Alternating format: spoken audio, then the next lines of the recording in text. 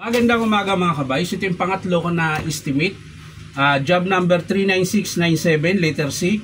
Kasama po ito sa dalawang grinder kanina. So ang model ito mga kabay, cut off ito ng DeWalt, 14 inches yung bala. D2H730. Ayan.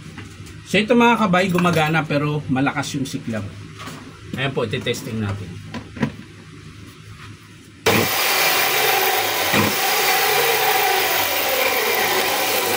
So tanggalin natin yung takip para makita natin. Ayan.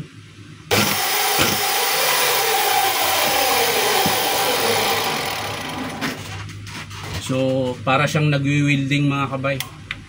So titingnan natin kung anong dahilan. Ayan. So bubuksan ko muna yung screw mga kabay. So ayan na mga kabay, nabuksan ko na yung mga screw. So pwede natin itong tanggalin. Siyempre tanggalin natin itong terminal na dalawa. Tigas ah. Yan. Tatanggalin natin yan dahil kailangan natin makalas ito. Yan. Yun, sunog. Sunog na sunog yung field coil mga kabay. At syempre damay po yung armature. Ayan. So, tingnan ko kung malambot para makita nyo. Baksa kaling mahugot. So, tigas. Yun. Kalas siya mga kabay. So uga-ugain nyo lang pag nagkalas kayo ng ganyan, hindi siya pwedeng diretso hugot. So ayan, tatabi muna natin ito.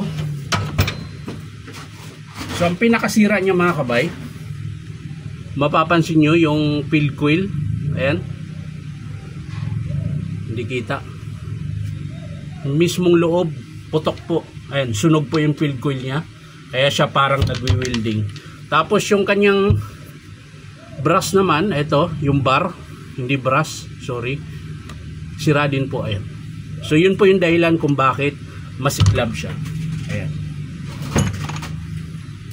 Tapos syempre sumasaya din po yung field coil sa, yung armature sumasayad sa field coil.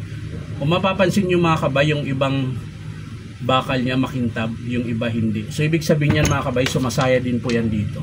So maaring tulad nito, sira po yung sleeve nun, kaya po siya sumasayad. Pag manipis na po yung sleeve, aalog-alog na po yung armature, kaya tumatama ito sa field coil. Yan.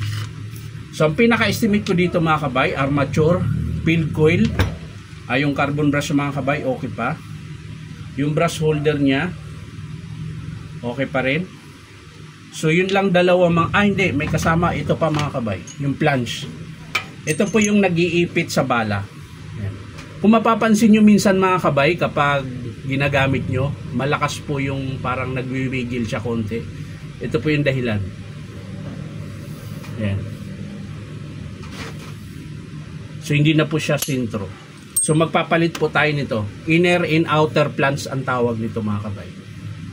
Ayan. So ang papalitan natin, armature, field coil, inner and outer flange, saka yung kanyang sleeve. Ayan. So hindi ko na po ipapakita kung paano buuin mga kabay.